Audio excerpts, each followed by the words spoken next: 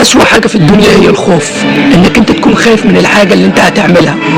يعني مثلا انت قدامك هدف عايز توصل له ولسه ما بدأتهوش، والهدف ده جديد عليك خالص، فانت ممكن تكون خايف من 3 حاجات. اول حاجة ان الهدف ده جديد وحاجة كبيرة، تاني حاجة بتحس انك انت مش كامل عشان تبدأ في الهدف ده، تالت حاجة الخوف من كلام الناس. ال3 حاجات دول أسوأ 3 حاجات ممكن يمروا على البني آدم اللي عايز يعمل حاجة لنفسه أو عاوز يوصل للهدف المعين ده. أول حاجة كلام الناس، فالناس اللي بتضحك عليك أو بتتريق عليك في الهدف ده فهي دي ناس خبيثة أول حاجة، وناس عاملين زي المهرج اللي في السيرك.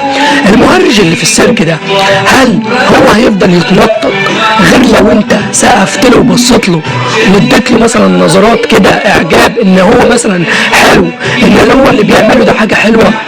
طيب هل لو انت سبت المهرج ده ومشيت هل هو هيفضل يتنطط؟ يعني مثلا هو شايف السيرك مليان، ما لازم يتنطط عشان هو شايف ان الناس بتبص له وبتسقف له.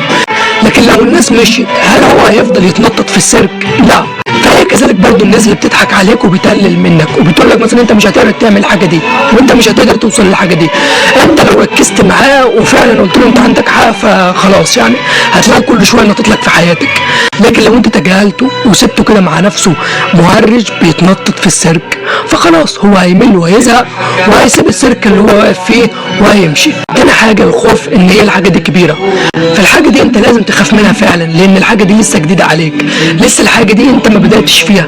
لكن اول ما تحط اول قدم في الحاجه دي هتحس ان هي بدات تبقى سهله معاك، اول خطوه تاني خطوه تالت خطوه بعد كده هتتعود عليها وخلاص هتبقى روتين يومي الحاجه دي وهتفضل تعمل فيها كل يوم من غير ما تمل منها. بس اهم حاجه الاستمراريه في الحاجه دي. بس تالت حاجه في الهدف ده وهي انك انت مثلا بتحس انك انت مش جاهز، ودي برضو من ضمن اسوأ الحاجات، انك انت تقول انا مش جاهز فانا مش هبدا في الحاجه دي دلوقتي، مش هبدا في هدفي ده دلوقتي. طب هتبدا امتى؟ ما استحاله اساسا انت تكون كامل مكمل كده عشان خاطر تبدا في الحاجه. لازم تبدا في الحاجه الاول والكمال بيجي في الاخر.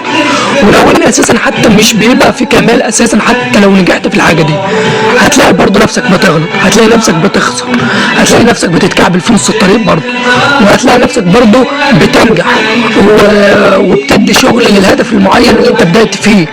بس فيبقى 50-50 برضه مهما كان. فما بالك بقى انت لسه ما بدأتش اصلا وبتدور على الكمال. فده بقى كان الكلام بتاعي في النقط دي، انك انت لو عاوز تبدا في حاجه معينه هدف معين قدامك عايز توصل له، فاول حاجه ما تخافش من كلام الناس وما تبصش على كلام الناس لان السلبيين فيهم اعتبرهم مهرجين. المهرج ده انت لو بصيت له وسقفت له وضحكت له هيفضل يعرفك على طول، لكن لو سبته مع نفسه هيزهق هو وهيمشي. تاني حاجه الخوف من الحاجه دي فهي معروفه، هي الحاجه دي بتبقى جديده فانت لازم تاخد التجربه فيها. تالت حاجه حته الكمال، فما تستناش الكمال ابدا، خد اول خطوه وتاني خطوه وتالت خطوه وما تستناش الكمال، الكمال عمره ما هيجي. لكن حته انك تشيل الخوف من عندك وتبدا في الحاجه دي فهي دي الكمال بعينها. بس كده خلص الفيديو بتاعنا، متنسوش تكتبوا الاراء بتاعتكم في الكومنتات. سلام.